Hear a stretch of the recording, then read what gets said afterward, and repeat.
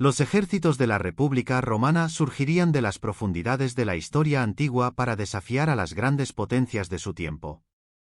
Aunque sus victorias en combate suelen atribuirse a su dominio en número, organización y estrategia, las palabras apenas capturan el carácter excepcional de estas fuerzas romanas. Hoy, buscaremos descubrir la auténtica esencia de una legión republicana. Durante la República Romana, las legiones estaban compuestas por soldados civiles, no profesionales, que respondían al llamado de guerra a través de un sistema de reclutamiento llamado leva o dilectus. Cada hombre debía costear su propio equipo, lo que determinaba su posición en la legión según su capacidad económica y su grupo de edad. Así, surgieron 5 clases de soldados distintos. El primer grupo estaba compuesto por los vélites, jóvenes ciudadanos de menor fortuna que servían como tropas de infantería ligeras. Armados con jabalinas, una espada corta y un pequeño escudo redondo, llevaban cascos de bronce o gorros de piel de lobo como protección. El siguiente tipo de soldado era el astatus, o astati en plural. Generalmente hombres jóvenes de alrededor de 20 años, los astati formaban la primera línea de la infantería pesada. Iban protegidos con el característico escudo scutum, un casco y algún tipo de armadura acorde a sus recursos. En cuanto al equipo ofensivo, los astati portaban la pila, una jabalina pesada, y el gladius, una espada corta. El tercer grupo, los príncipes o princeps en singular, estaba compuesto por hombres de entre 20 y 30 años, considerados en la plenitud de su fuerza. Los príncipes constituían la segunda línea de la infantería pesada y solían llevar equipo algo más sofisticado que el de los astati, reflejando su experiencia y sus mayores recursos. El cuarto tipo de soldado era el triarius, o triarii en plural. Veteranos experimentados, los triarii ocupaban la tercera línea de la infantería pesada. Su equipamiento era el más refinado de todos, destacándose por llevar una lanza de estilo hoplita en lugar de los tradicionales pila. Esto les permitía asumir el papel de última defensa, brindando al ejército un punto de reunión crucial en los momentos decisivos de una batalla prolongada. Finalmente, el quinto tipo de soldado era el eques, o equites en plural. Este grupo, integrado por los ciudadanos más adinerados, se equipaba como caballeros al estilo helenístico y tenía el privilegio de recibir una compensación estatal si perdían su caballo en combate. Con estos diversos tipos de soldados definidos, podemos explorar cómo se organizaban dentro de una legión. Las unidades más básicas del ejército romano habrían sido los grupos de tiendas, conocidos como contubernium. Sin embargo, las fuentes históricas brindan pocos detalles sobre su estructura exacta, dejando muchas preguntas sin respuesta. Sabemos, gracias a registros de las legiones en épocas imperiales posteriores, que un contubernium solía estar integrado por 8 soldados, acompañados de 1 o 2 esclavos y 1 o 2 mulas. Esta información, sin embargo, presenta ciertos problemas cuando intentamos aplicarla a una centuria de 60 hombres, ya que no encaja con un número par de contubernios de 8 soldados. Algunas teorías sugieren que cada tienda podría haber albergado solo a 6 soldados, dejando los espacios restantes para esclavos, o bien que las tiendas eran más pequeñas. Ambas explicaciones tienen sus limitaciones.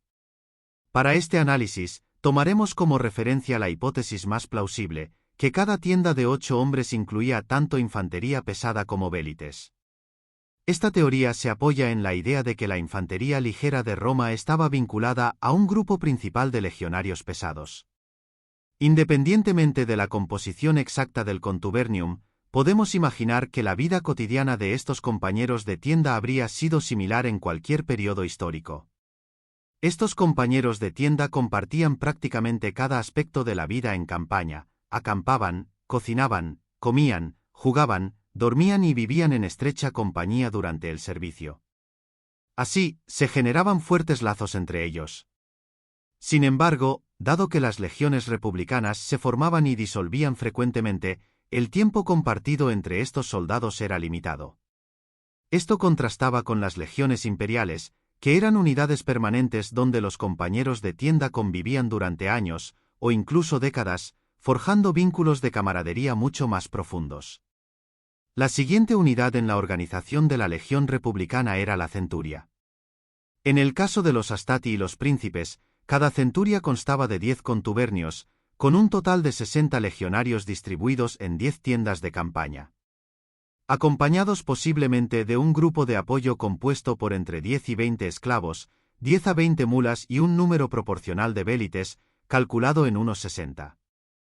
Las centurias de los triarii presentaban una estructura algo distinta, al ser de tamaño reducido y contar solo con 30 soldados de infantería pesada.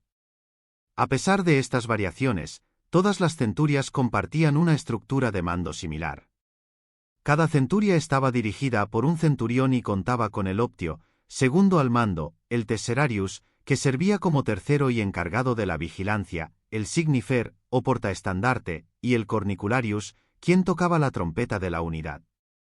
Al igual que en las legiones de épocas posteriores, podemos suponer que estos oficiales contaban con su propio equipo de apoyo, mulas, tiendas y diversas provisiones.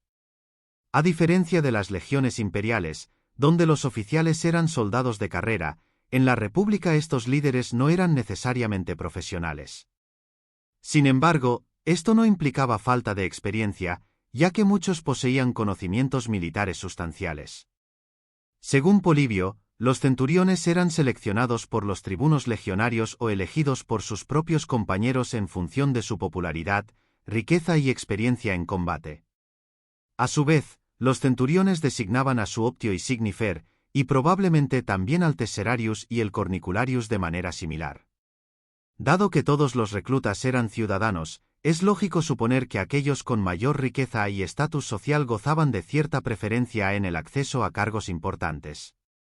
Aunque cada centuria podía operar de manera independiente, en realidad se emparejaba con otra de su tipo para formar un manípulo. Esta formación era la verdadera unidad táctica de la Legión Republicana, integrada por 120 legionarios en el caso de los manípulos de Astati y Príncipes, mientras que los manípulos de Triarii eran más pequeñas, con 60 legionarios.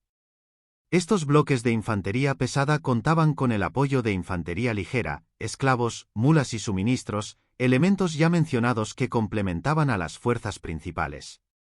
Una particularidad interesante de las centurias emparejadas era la duplicación de oficiales, una característica que nuestras fuentes elogian como un recurso eficaz para contrarrestar las bajas en liderazgo durante el desgaste del combate. En condiciones normales, los oficiales de la centuria frontal tenían precedencia sobre los de la centuria posterior. Así, el centurio prior asumía el mando general del manípulo, mientras que el signifer prior portaba el estandarte de la unidad. Los manípulos romanos, en comparación con otras unidades de la época, eran relativamente pequeños y con una proporción de oficiales más elevada, lo que les proporcionaba una autonomía y flexibilidad esenciales en batalla. Gracias a esta estructura, podían responder ágilmente a las oportunidades que surgían en el campo de batalla, superando incluso formaciones tan aparentemente impenetrables como la falange helenística. Al formar un ejército completo, 30 manípulos de Astati, príncipes y triarii se unían para constituir una legión, a la que se añadían los vélites. Aunque esta infantería ya era formidable por sí misma, la legión recibía un impulso adicional con la inclusión de la última clase de soldados romanos, los equites montados. Estos formaban grupos de 10, con un decurión al frente y un optio al final de la fila, fortaleciendo aún más la capacidad combativa de la legión. 3 de estas filas de jinetes formaban una unidad táctica llamada terma, también conocida como enjambre, que constaba de 30 soldados y 6 oficiales, liderados por el prefectus. Cada jinete contaba con una montura, un esclavo, una mula y una tienda compartida. Cada legión solía contar con 10 termas, que complementaban su fuerza. En conjunto, una legión republicana típica incluía 1.200 vélites, 1.200 astati, 1.200 príncipes, 600 triarii y 300 equites, sumando un total de 4.500 combatientes. En tiempos de crisis, las legiones podían expandirse a entre 5.000 y 6.000 hombres, incrementando principalmente los rangos inferiores de los plebeyos, mientras que los triarii y equites mantenían su número constante debido a las restricciones de reclutamiento. Además, estos soldados recibían el apoyo de 360 oficiales, 930 esclavos, 830 mulas y los pertrechos necesarios. La dirección adicional de una legión estaba en manos de 6 tribunos, quienes contaban con su propio personal y equipo, además del portaestandarte de la legión. Los oficiales de mayor rango, como los cónsules o legados, dirigían ejércitos enteros y, por lo tanto, quedan fuera del recuento de una sola legión. Además, nuestras fuentes no mencionan la existencia de unidades formales de ingenieros, escribas o médicos. Es probable que estas funciones se realizaran de forma ad hoc. Debido a esta carencia de información, hemos decidido no incluirlas aquí. Para abordar estas funciones de apoyo en nuestro esquema, supondremos que están representadas en el grupo adicional de 50 mulas y 50 esclavos, que transportaban suministros extra, equipo y otros artículos personales. Antes de avanzar, vale la pena revisar la jerarquía de los oficiales legionarios. En una legión, los cargos más altos recaían en los 6 tribunos, quedando excluidos los generales del análisis de este episodio. Sabemos que, en cada momento, 2 tribunos estaban al mando de la legión, con esta responsabilidad rotando entre parejas de tribunos cada 2 meses. Debajo de ellos se encontraban los oficiales de infantería y caballería. Aunque cada grupo mantenía un ámbito de mando propio, parece que el carácter socialmente elitista de los équites implicaba que sus líderes ocupaban rangos superiores en la estructura de mando. Los detalles sobre la estructura interna de los équites y los oficiales de caballería son limitados, pero lo más probable es que existiera un decurión como jefe, con sus compañeros subordinados a él. De manera similar, en la infantería, los centuriones seguían una jerarquía donde el centurión al mando del primer manípulo de los triarii probablemente ocupaba el rango más alto. Siguiendo las convenciones de las legiones polibias, que reflejaban la jerarquía social romana, los oficiales se organizaban en este orden, los triarii en la cima, seguidos por los príncipes y, finalmente, los astati. Es importante recordar que, en la época de la República, las legiones no eran organizaciones permanentes, por lo que la jerarquía probablemente no estaba tan refinada como en las legiones imperiales posteriores. Con todo esto en mente, podemos visualizar una representación de la legión republicana en formación. Si hiciéramos un recuento de sus efectivos, veríamos que cubren un área de 0,19 kilómetros cuadrados con un total de 7.500 individuos. De estos, el 78% son humanos y el 22% son animales. En términos de roles, el 77% son soldados de infantería o caballería, el 6% son oficiales, no hay especialistas representados en esta unidad, y el 17% son esclavos militares. Este tipo de representación de la legión en parada es algo anacrónico, ya que lo más habitual es que encontremos a una legión en su campamento, en marcha o en plena batalla. Examinemos el tamaño real de una legión en estos contextos. Los campamentos fortificados eran una parte esencial de la doctrina militar romana. Se construían cada noche durante la campaña, siguiendo una práctica cíclica a medida que el ejército avanzaba hacia su objetivo. A diferencia de los castros legionarios de la época imperial, que eran posiciones permanentes, estos campamentos no eran fijos y se montaban y desmontaban constantemente. Es importante señalar que, generalmente, no se construían campamentos para una sola legión. Las legiones, junto con sus unidades aliadas, ocupaban el mismo espacio, y en ocasiones podían superar las 8 legiones. Por lo tanto, es difícil precisar las dimensiones exactas de un campamento legionario. Se estima que un campamento de 2 legiones romanas, 2 aliadas y sus respectivos auxiliares, esclavos, animales y equipo, ocupaba unos 405.000 metros cuadrados, lo que equivale aproximadamente a 100 acres, o unos 42 campos de fútbol. A pesar de las variaciones, todos los campamentos seguían un patrón similar en su construcción. Eran de forma rectangular, con 2 caminos principales que se cruzaban en la tienda del general, desde donde partían las 4 puertas principales del recinto. El perímetro del campamento estaba protegido por un foso y una empalizada, elementos clave para su seguridad. Dentro del campamento, había un espacio de 60 metros entre las tiendas, lo que facilitaba el movimiento de las tropas y reducía el riesgo de sufrir ataques con flechas. La disposición de cada unidad seguía estrictas normas, lo que hacía que la experiencia de montar y recorrer el campamento fuera algo familiar y predecible para todos los soldados. Cuando llegaba el momento de continuar la marcha, las legiones se integraban nuevamente en una fuerza mayor. Sin embargo, podemos imaginar cómo sería ese trayecto. En primer lugar, marchaba la caballería, seguida de los vélites, luego las centurias de los triarii, los príncipes y, finalmente, los astati. La retaguardia estaba ocupada por el tren de equipaje y probablemente una unidad adicional encargada de proteger la retaguardia. Aquí hemos supuesto que los soldados avanzaban en una formación de 4 hombres por fila, lo cual era adecuado para la mayoría de los caminos de la época. Esto resultaba en una longitud total de la columna de 3.323 metros en condiciones ideales. Con una velocidad promedio de 5 km por hora, el avance de toda la legión tomaría unos 40 minutos, mientras que un jinete galopando a 40 km por hora podría atravesar la columna en solo 5 minutos. Cuando se trataba de prepararse para la batalla, la legión republicana probablemente adoptaba una formación de marcha distinta, ajustada a las circunstancias del combate. La estructura del ejército romano en combate era altamente estratégica. Al llegar al campo de batalla, la infantería ligera y la caballería tomaban la delantera para proteger a la fuerza principal, asegurándose de que la infantería pesada pudiera avanzar sin estar expuesta a ataques directos. Detrás de ellos marchaba la infantería pesada, dispuesta en 3 columnas paralelas, los astati a la izquierda, los príncipes en el centro y los triarii a la derecha. Una vez en el campo de batalla, esta formación avanzaba hacia el ala, girando a la derecha al llegar a ella. Este movimiento permitía que toda la línea de batalla se extendiera a lo largo del frente, cubriendo así toda la zona de combate. La formación más comúnmente utilizada en batalla era la de triplex acies. Esta formación estaba compuesta por 3 líneas principales, protegidas por los vélites y flanqueadas por los equites. La primera línea estaba formada por los astati jóvenes, la segunda por los príncipes más experimentados, y la tercera por los triarii veteranos, los soldados más experimentados y resistentes.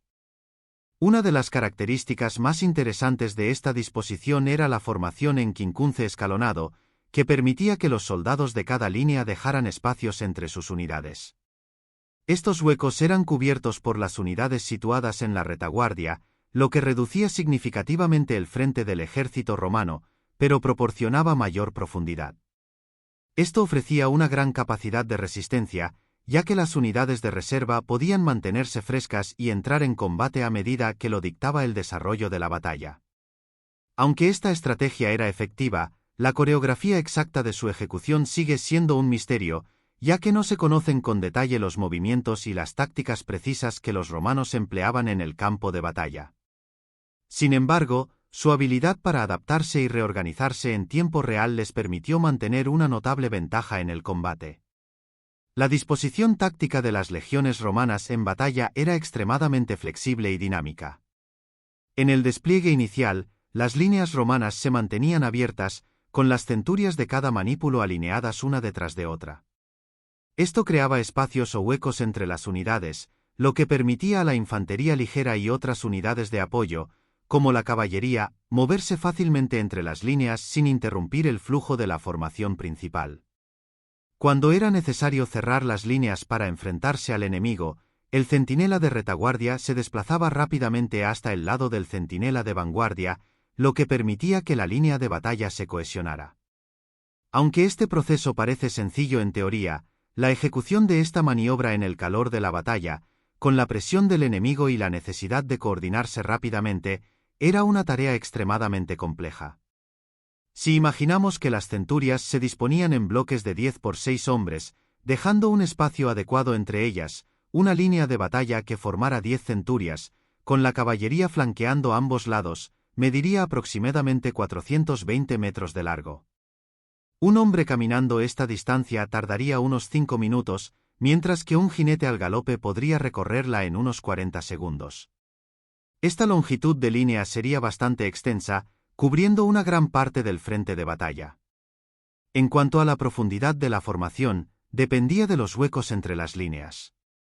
Suponiendo que cada línea se retranqueara unos 20 metros para permitir maniobras entre ellas, la profundidad total de la formación de la infantería pesada sería de unos 100 metros. Esta disposición proporcionaba gran flexibilidad, profundidad y capacidad de adaptación durante la lucha.